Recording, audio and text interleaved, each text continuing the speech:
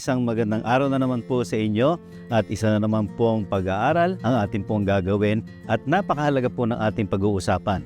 Pero bago po tayo magsimula, balikan lang po natin ng kaunti yung pinag-usapan po natin noong nakaraan about sa problem na kinakailangan po maintindihan natin na most of our problems ay self-inflicted. Bakit po self-inflicted? Uulitin ko po. Kasi by nature, tayo po ay makasarili and by nature, tayo po ay makasalanan at by nature, matigas po ang ating mga ulo. And that's why, dahil yan po ang ating nature, kaya po tayo dumadaan sa marami pong problema sa pamilya.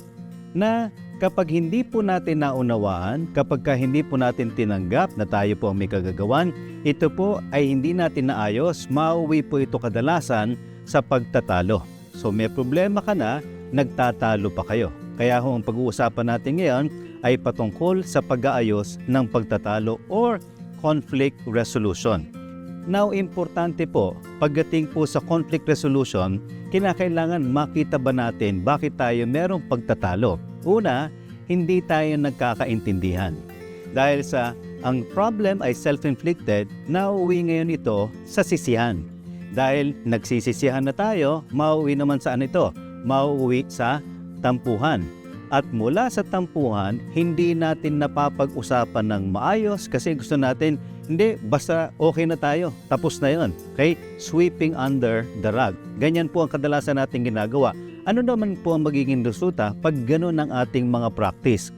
Mauwi ito ng maraming awayan. Walang katapusan na awayan. Muli po, pag-uusapan natin ay ang pag-aayos ng pagtatalo. Ngayon, meron akong tanong sa inyo.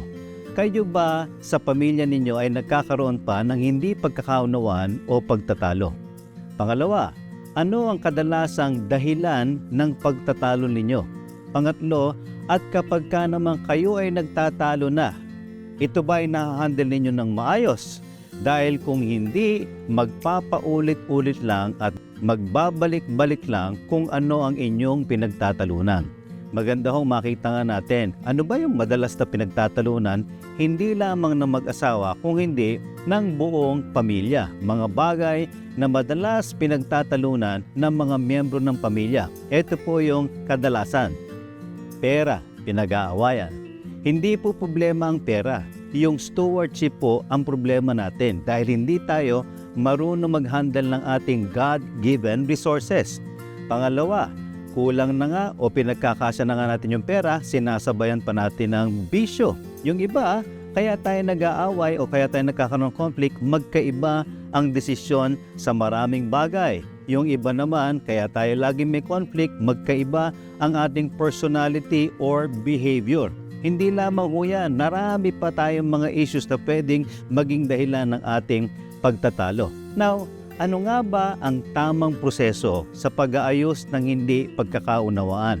In the book of Ephesians chapter 4 verses 26 to 27, this is very important.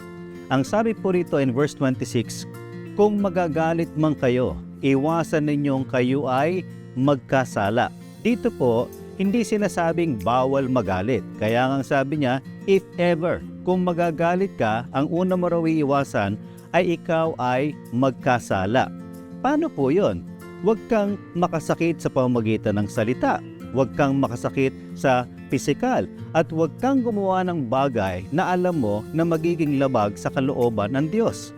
And isa pang sinabi rito, huwag ninyong hayaang lumubog ang araw nang galit pa rin kayo. In other words, there should be a culture or even agreement or practice na kapag kayong mag-asawa o kayo ng inyong anak, merong hindi pagkakaunawaan, if it's possible and ideally, isettle ninyo yung hindi pagkakaunawaan within the day. Ang sabi rito huwag ninyong hayaang lumubog ang araw nang galit pa rin kayo. Why?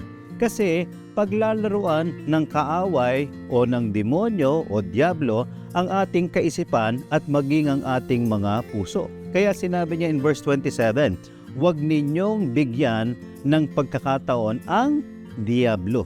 Kasi kapag tayo ay natulog ng galit, pinagpalipas natin ng isa pang araw yung galit, mauwi ito sa vain imagination.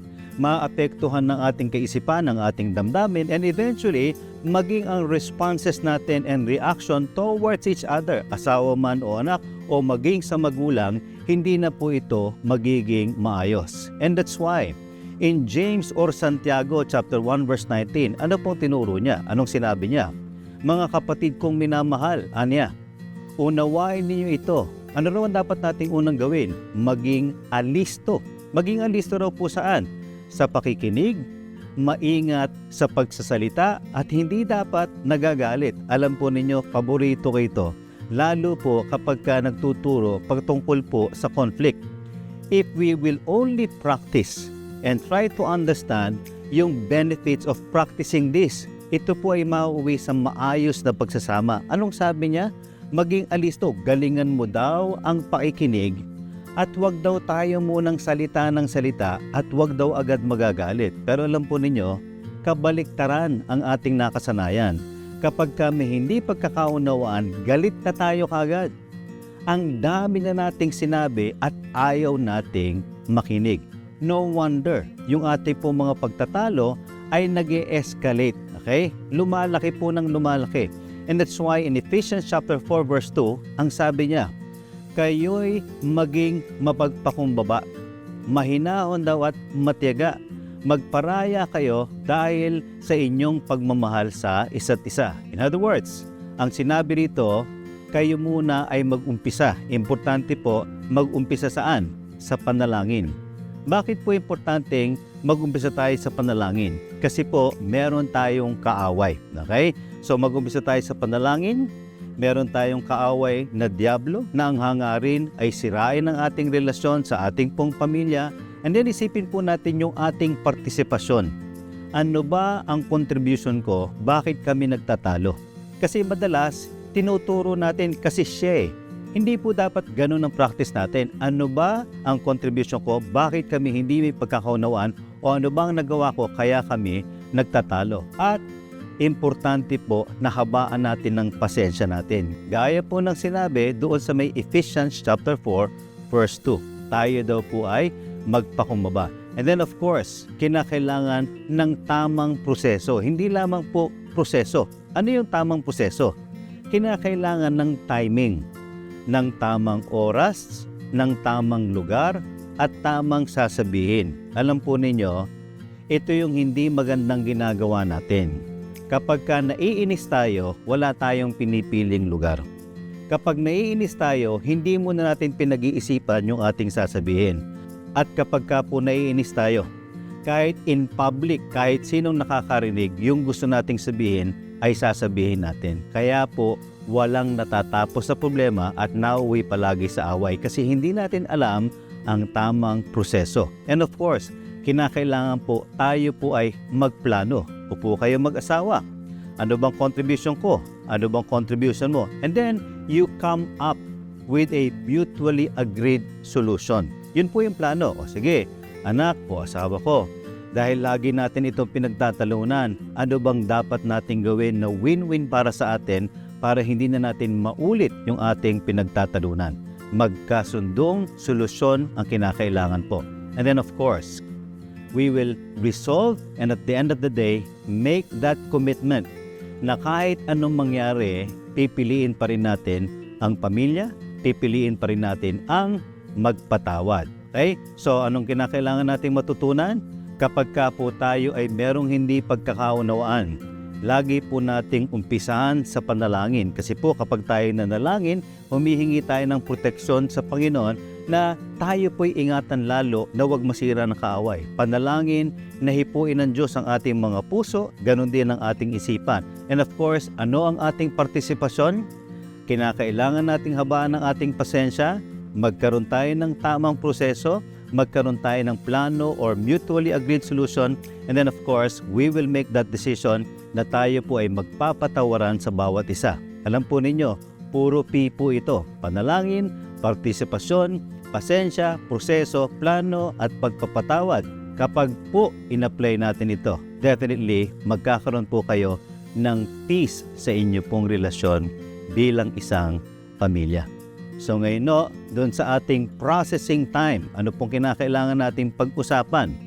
Kayo ba sa pamilya ninyo ay nagkaroon na ng hindi pagkakaunawaan at pagtatalo. Ano pa?